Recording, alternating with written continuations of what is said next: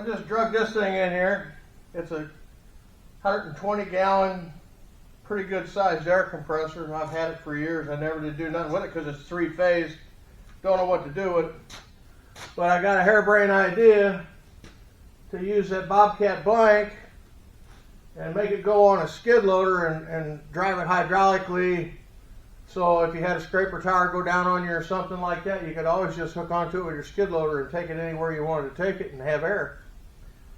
It'd be pretty handy for that, even if you left it sit with air in the tank. I mean, it ain't gonna hurt nothing. But so I'm gonna take all this stuff out, and I don't know where we're gonna go with it, but we're gonna make a skid loader mounted air compressor one way or another. So keep watching, we'll figure out where it goes.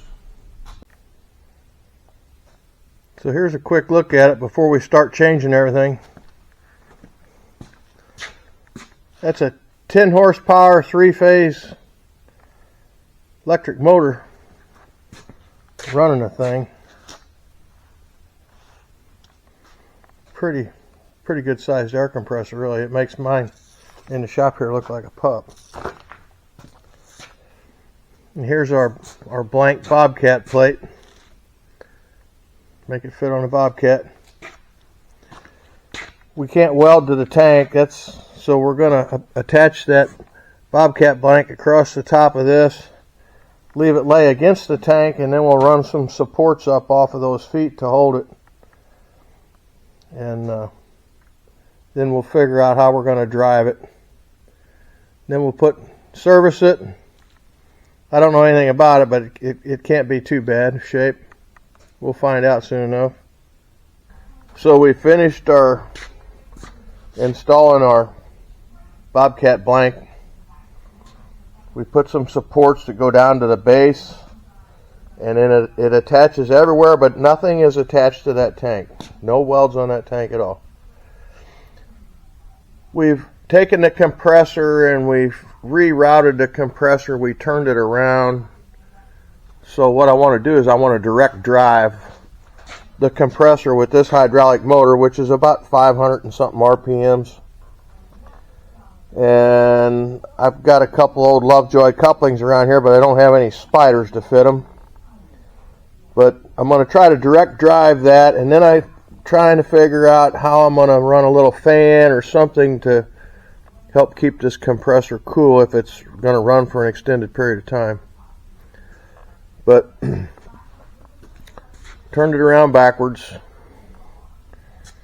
pulled the flywheel off, and then rerouted our feed line to our tank. But I've got a stub coming for this, is a 14 spline 1 1/4. I've got a stub coming from the salvage center to stub that out, and then I've got half of a Lovejoy coupling, and then the other half here, I don't know what I'm going to do there yet, but I'll get something figured out. And I found this at the surplus center, and it fits perfect. So I'm going to direct drive the compressor with the Lovejoy coupling, but you see the problem here is that it doesn't fit.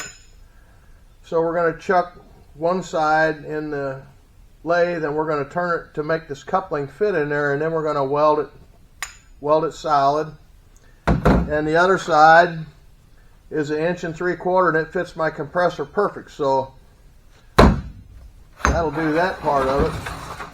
We also got a new spider to go between the two couplings. We bought a valve that controls, it uses one remote, it's 12 volt, 26 gallon a minute, and it uses one 12 volt signal to convert from one cylinder to another cylinder. So what I'm going to do with it is I'm going to feed oil to it, and I'm going to have one side come out running the motor, and the other side I'm going to make a bypass loop so that when this pressure gets to whatever I set it at, which this one here is 125 psi with an unloader on it, I'm going to have it control this valve to turn this valve off and on to switch from running the motor to just bypassing oil and going back to tank. So that's how I'm going to control my compressor. And you know, really for what it takes to hook it all up to the skid loader, or just put a little 12-volt battery in there to control this one little solenoid. I've got enough junk batteries laying around here just to put a little battery holder on it and not have to hook up the electric to the skid loader or nothing. Just hook up your 2 hoses and go. Probably be easier in the long run. So we're going to get this piece turned down and get it to fit in here, get it welded together.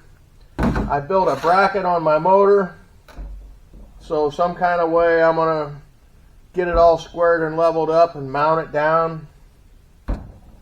And so here we've got it hooked up to the skid loader. Here's our pressure switch. Turn it on. Cooling fan off of a Mazda 626 car. When you want to shut it off, you shut it off. If it is on automatic, it builds to 125. It cuts in at 95, shuts off at 125. We used a double selector valve, 12 volt DC activated selector valve, double selector valve. So we're putting oil in and returning oil, and when it's not on, it just bypasses in this loop, goes right back through the valve, goes right back to the machine. When this calls for oil, it shuts the bypass loop off. It puts oil into the hydraulic motor. Oil returns out of the hydraulic motor, goes back to the machine.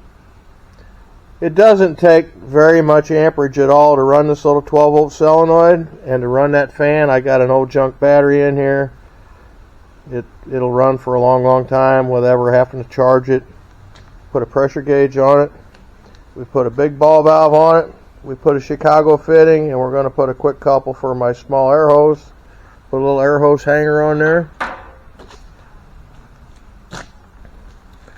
It's going to be real handy if I get a giant tire or something that's you have a flat, you need to get it fixed, and it's out in the middle of nowhere. You can hook it up your skid loader, take it anywhere you want to take it, and have plenty of air. I think it'd be pretty handy.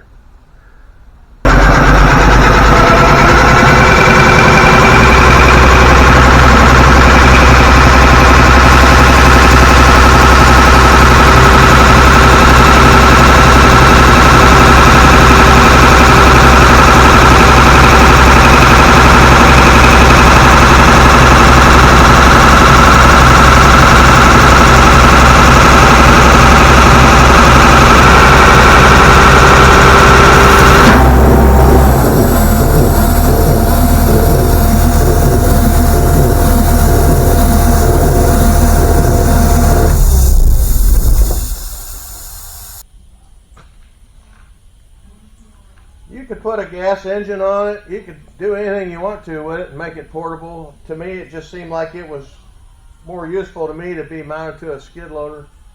But whatever you want to do, make something simple out of a piece of junk I had laying around here. So, hope you enjoyed the video, and thanks for watching.